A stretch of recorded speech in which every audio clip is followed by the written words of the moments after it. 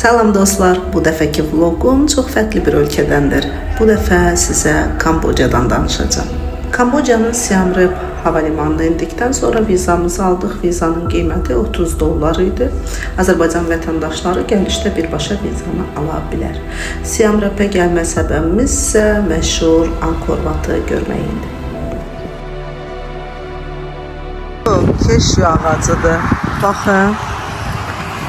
Wow. Keşyu. Heç bilirdiniz, Kamboca keşyunun vətənidir. Keşyular isə bax bu meyvələrdə bitirlər. Bu kasava bitkisidir. Belə bitir.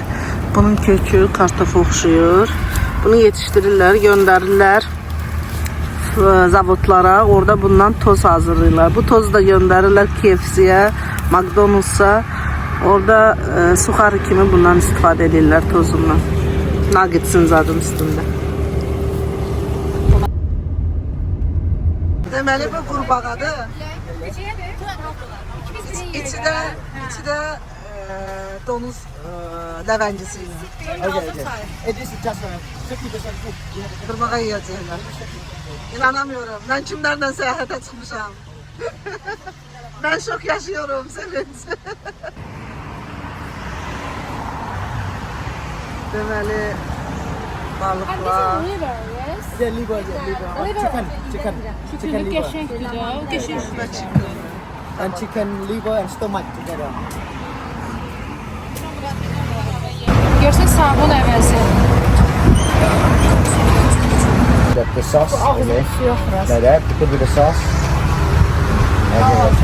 Yeməmisən də heç vaxt qurbağa. Ben yeməmişəm qurbağa adını bilmirsən lazım.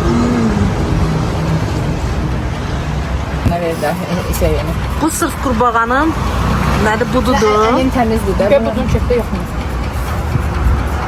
Nə verir? Qurbağanın ayağı. Çok istəmirəm qurbağa ayağı. With the sauce. Sossuz olmur. Soyuqdadır. İstəmirəm yox, sümürəm. Belə. Qurbağa budur. Qurbağa budur. Okey, soyuqdadır. Odamız, filimiz, renkləri, sevimli rəngimdə, televizorumuz. Bura tuvaletimiz. Bura hamamımız. Belə. Bura otağımızın gülləri nəqiş ediblər. Və burada çıxacaq balkonumuz. Nəhayət dincəldikdən sonra Kambodjadakı ilk məkanımıza üst tuturuq. Bu dirəklər üzərində olan şəhərdir. Gəlib çıxmışıq Stilt House-lara. Kambocanın Kompong Hiyan kəndindəyik. Buradakı evlər, bax görürsünüz, belə taxtalar üzərindədir. Nəyə görə? Çünkü muson dövründə buralar hamısı su içində olur. Təxminən o yuxarılara qədər. Və deyək ki, burada düşür, biz çimirik. Həmin bu yolda muson dönəmində yağışlar çox olur. Bazardır, gedən bazar, yeriyən bazar. Evlər belədir, pləkkənlə qalxırsan, hazırda indi qalxacaq. Amma muson yağışları olanda, yəni buraları su təmiz basır və maşın falan istifadə eləmək olmur burada. Qalxaq evə. Bax.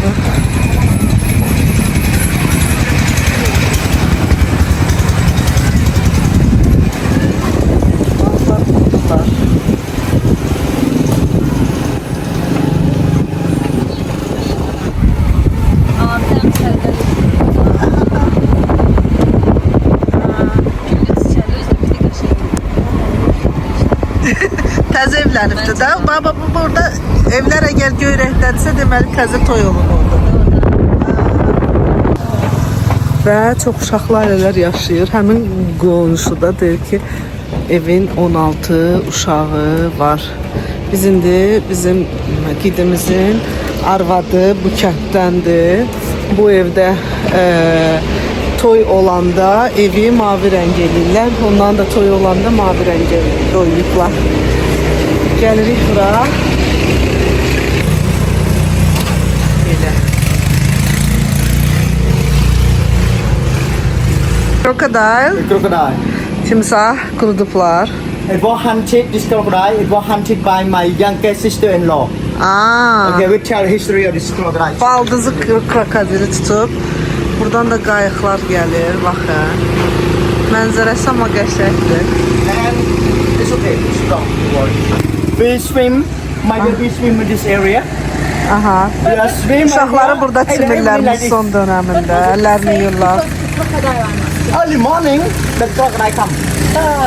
Səhər tezləndir, timsahlar gələ In your bilir. family, they are all crocodile hunter. So they hunt the crocodile to cook it.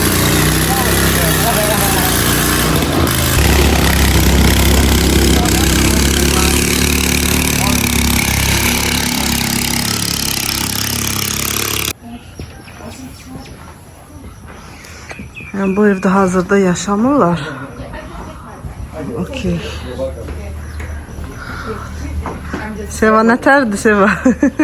Yəni ev almaq fikirləşirəm və bu mənzərədə yaşamağı. Hə, muson dönəmində. Sənə son dönəmində. Buradan priamoy tullanırsan, çimirsən. Bax, One stay here, we Kambodjada tam fərqli bir təcrübə yaşayırıq. Bu marketdir, və çubuqlar üzərində şəhərdəyik hazırda. İndi binirik qayığa, gedirik. please mind your head, please. Mind your head.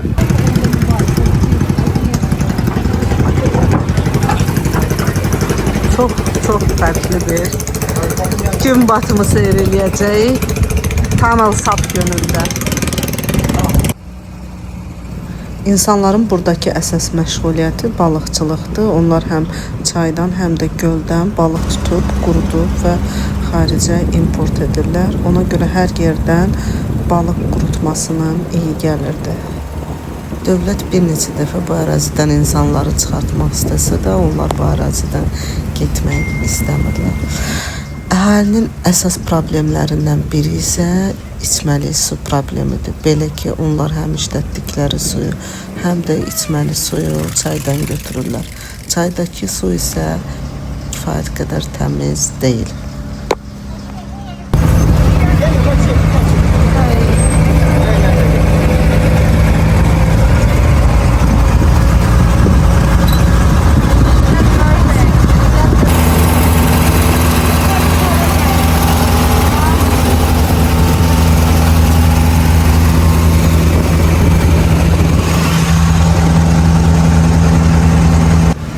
Ümumiyyətlə, gölə birləşən bu tunellərin hələ orta əsrlərdən salındığı güman edilir və insanlar bu yaşayışa öyrəşiblər.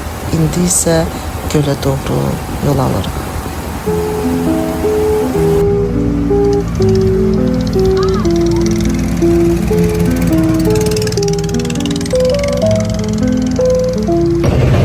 Arxamdakı evlər üzən evlərdirlər və muson yağışları dönəmində bunlar üzüb gedirlər o tərəfə. Bu isə kəndin üzən məktəbidir. Kəndin üzən məktəbi bir sinifdən ibarətdir. Cəmi bircə dənə də müəllim var. Arxada isə stadionu görürsünüz. Bu evlər bizim boçqa dediyimiz qurğular üzərində qurulub və yağışın suyu artdıqca onlar suyun üzündə qalır və üzməkdə davam edir. İnsanların burada həyat səviyyəsini görə bilirsiniz. Yəni onlar həm hamamda, həm tualetdə işlətdikləri suyu hamısını göldən götürürlər və gölə də axıdırlar.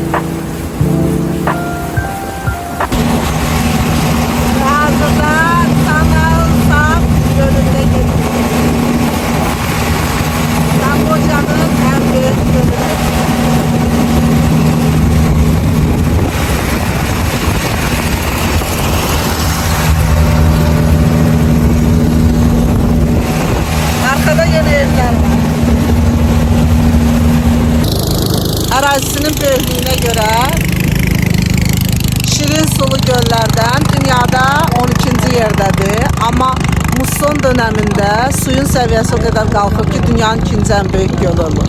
Bir də bu gölün bir özəlliyi var. Dünyada başqa belə bir göl yoxdur. İldə 2 dəfə istiqamətini dəyişir.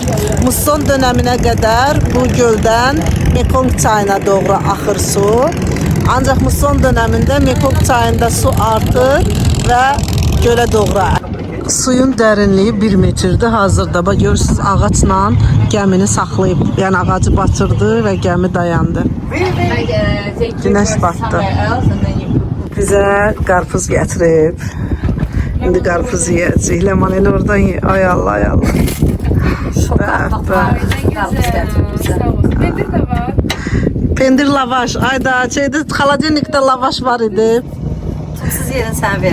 Görsen. Elə belə versin, qabığı kəsmədən versin. Sənə veririk. Mən Ben veririm. seviyorum. Thank you.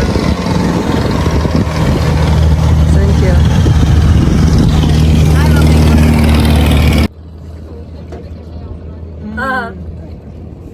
Çox dadlı da. Kimer restoranına gəlmişik. Nə yeyirik? Mən passion fruit içirik. Amok yeyirik balıqla. Görsətəcəm. Mango salatı yeyirik. Bir də rice veriblər. Bir dənə də keşu natla olan nəsə yemək var. O da gələcəkdir. Nuş olsun qızlar. Bu amokdur. Bu da keşu natsla olan nədirsə yiyəcəyik onu. Bu düyümüzdür. Bu passion fruitumuzdur. Biz bugün bu restoranda oturduq. Bu restoranda qəşəng idi. Bura və burada night marketdir. Gezək görək night marketdə nələr var.